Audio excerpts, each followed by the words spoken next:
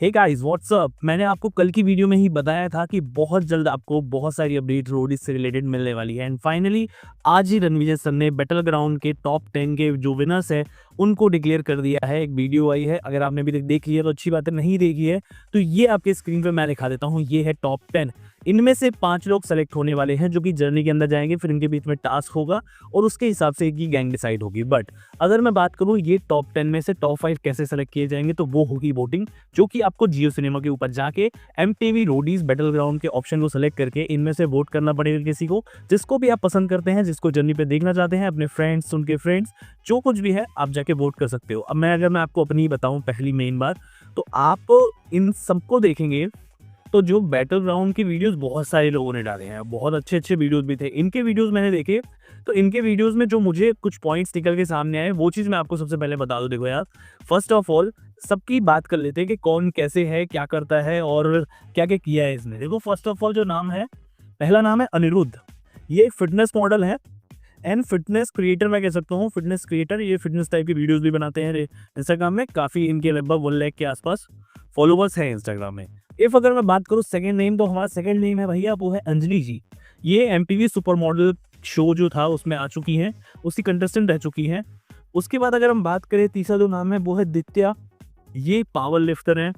अब अगर हम बात करें फरहान, ये प्लेग्राउंड सीजन 4 में आपको देखने के लिए मिले थे। अगर हम बात करें नेक्स्ट है काजल, इनका मुझे कुछ खास अभी तक पता नहीं चला है, अगर आगे चल के चलता है तो हम बता दें। खुशी एक क्रिएटर है। उनके बाद हम बात करें पृथ्वीवीर, तो ये भी एक क्रिएटर कह सकते हैं हमें। निशा एक एथलीट है, निशा मिश्रा नाम है इनका। RD एक फिटनेस इन्फ्लुएंसर है एंड फिटनेस मॉडल भी है। और अगर हम बात करें रोहित सक्सेना, ये हमें पिछले साल की PI में देखने मिले थे, ये भी एक फिटनेस मॉडल है। तो अगर हम बात करें इन सब की वीडियोस मैंने देखी जो बैटल ग्राउंड की इन्होंने डाली थी, इनको सेलेक्ट किया गया। अब इसमें से मैं क्या कह सकता हूँ, जो मेन हमें एक यूनिक पॉइंट मिला ना, जो सब चीज़ सबके अंदर है, वो है फिटनेस। तो आपको ये चीज़ क्लियर कर लेनी है। अगर नेक्स्ट ईयर आप तैयार करके जा रहे हो, नेक्स्ट ईयर आपको रोडीज के अंदर सेलेक्ट होना है, तो यार पहला पॉइंट है फिटनेस। फिटनेस में आपको 109%, 110% जाना पड़ेगा, तो जाके आप ये समझना कि आपके 50% जो चांसेस हैं वो सेलेक्ट होने के बनते हैं। उसके बाद अगर मैं बात करूँ इन सब में से, तो इनमें से मेरे को यूनिक पॉइंट दिखा एक्सप्रेस करना। खुद को ही जिस तरह से बता पा रहे थे, मैंने लगभग सबकी वीडियो देखी तो सबके में ये कॉमन है कि उन्होंने सब कुछ बता दिया अपने बारे में। ऐसा कुछ नहीं है कि वो अटक नहीं रहे, वो अटक रहे हैं बताने में, बट वो बता पा रहे हैं सामने वाले को। तो ये चीज़ भी आपको थोड़ा ध्यान रखना है कि फिटनेस, एक अच्छी फिजिक होनी चाहिए, फिट होनी चाहिए कि आप टास्क कर पाओ। एंड अगर मैं बात करूँ अपने आप को एक्सप्रेस कर पाओ कि आप क्या करते हो, कैसे करते हो। मैंने इनके प्रैंक वीडियोस भी देखे, वो भी कुछ बहुत ज़्यादा खास नहीं थे, बट इन्होंने वो चीज़ करी, वो रियल लग रहे थे, वो ऐसे नहीं लग रहे थे कि फेक है। बहुत सारे लोगों को मैंने देखे हैं भाई, वो फेक लग रहे थे। एंड अगर मैं बात करूँ इनकी जो कैमरा क्वालिटी थी वो काफ़ी ज़्यादा अच्छी थी। इनके बहुत सारे कट्स नहीं थे, ये बहुत कुछ करने की कोशिश नहीं कर रहे हैं, ये इतना करने की कोशिश कर रहे हैं कि सामने वाले को अपने बातों से कन्विंस कर दें। फिजिकली तो वो दिख ही रहे हैं, इन बातों से कन्विंस करने की कोशिश कर रहे हैं। तो टॉप 10 जो ये सिलेक्ट हुए हैं यार, इसमें मैंने एक चीज़ देखी, एक्सप्रेशन उनके बहुत अच्छे हैं। उन्होंने चीज़ें को रियल रखा है, उन्होंने चीज़ों को मतलब दिखाया है, बताया है, समझाने की कोशिश की है और बहुत ज़्यादा एडवांस करने की कोशिश नहीं की है। अब अगर तुम उसमें बहुत ज़्यादा एडवांस करने की कोशिश करते हो तो भाई वो ना वो रह जाता है, ना वो कुछ अच्छा बन पाता है। तो ये चीज़ें आपको नेक्स्ट ईयर, अब क्योंकि फिलहाल अब तो क्लोज हो चुका है, इनफैक्ट इसकी आधी लगभग शूटिंग कंप्लीट हो चुकी है। मैंने आपको जैसे बताया था कि लगभग मैं कह सकता हूँ 35 to 40% शूटिंग कंप्लीट हो चुकी है। अब बैटल ग्राउंड का जैसे आज निकला है, ये मुझे लगता है ज़्यादा से ज़्यादा 5 से 7 दिन की ये वोटिंग चलेगी। उसके बाद बैटल ग्राउंड के विनर्स भी निकल के आ जाएंगे, जो कि जर्नी पे आपको देखने मिलेंगे एज अ वाइल्ड कार्ड। तो वहाँ पे वो चीज़ देखनी होगी। बाकी रोडीज जो है टीवी पर आपको बहुत जल्द देखने मिलने वाला है, जैसे मैंने आपको बता रखा है कि ये देखने के आपको मिलेगा दिसंबर महीने के स्टार्टिंग वीक के अंदर ही। तो दोस्तों टेंशन मत लो, अगर आप तैयारी कर रहे हो, मैं भी तैयारी कर रहा हूँ। मैंने आपको बताया था, मैंने दिल्ली ऑडिशन दिया था, मुझे समझ में आया कॉम्पिटिशन बहुत ज़्यादा है। ऐसा कुछ बहुत ज़्यादा टफ नहीं है, बस मैटर होता है कि आपने मेहनत कितनी की है। और मैं लक को तो मानता हूँ, पर इतना मानता हूँ कि अगर आपने मेहनत की है तो लक आपका साथ देगा। अगर आपने मेहनत नहीं की है, तो अगर आप सोच रहे हो कि आपका लक साथ दे देगा, तो भाई आप गलत हो, लक आपका गलत नहीं है, सिचुएशन गलत नहीं है, आप गलत हैं। तो मैंने भी तैयारी जारी रखी है, मेरी जर्नी पे जुड़िए।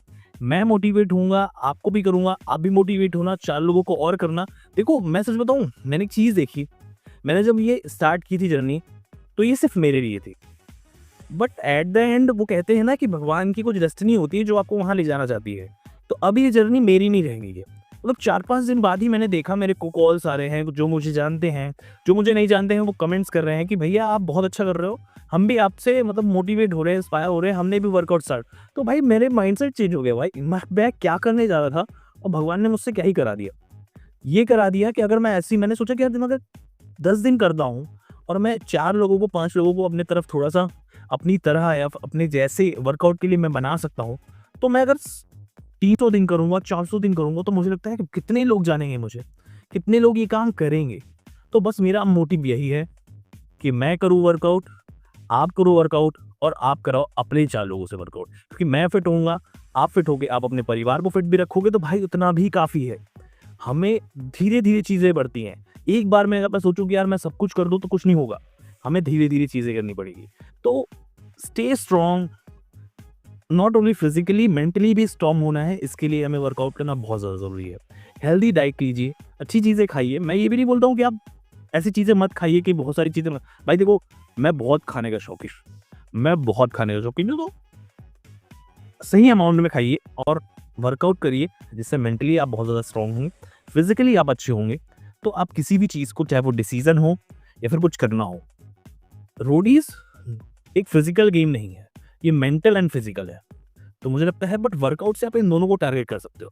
एंड मेंटली अगर आपको और है तो भाई लाइफ जिए, मतलब घूमिए, फिरिए, बातें करिए लोगों से, मज़ा आएगा। ज़िंदगी को जीना है यार, ऐसे जीना है कि ज़िंदगी मतलब देने वाले को भी लगे कि यार इसने ही ज़िंदगी जी है, बाकी ने तो भाई वेस्ट कर दी है। तो ज़िंदगी काटना नहीं है, ज़िंदगी को जीना है। बाकी और कुछ अपडेट चाहिए तो भाई बताइएगा। और बाकी अगर मैं बात करूँ बैटलग्राउंड के जितने भी विनर रहते हैं टॉप 10, मेरे हिसाब में सारे टॉप 10 तो नहीं है बट अभी है तो है। बाकी मिलते हैं नेक्स्ट वीडियो में, तब तक के लिए बाय बाय, जय हिंद।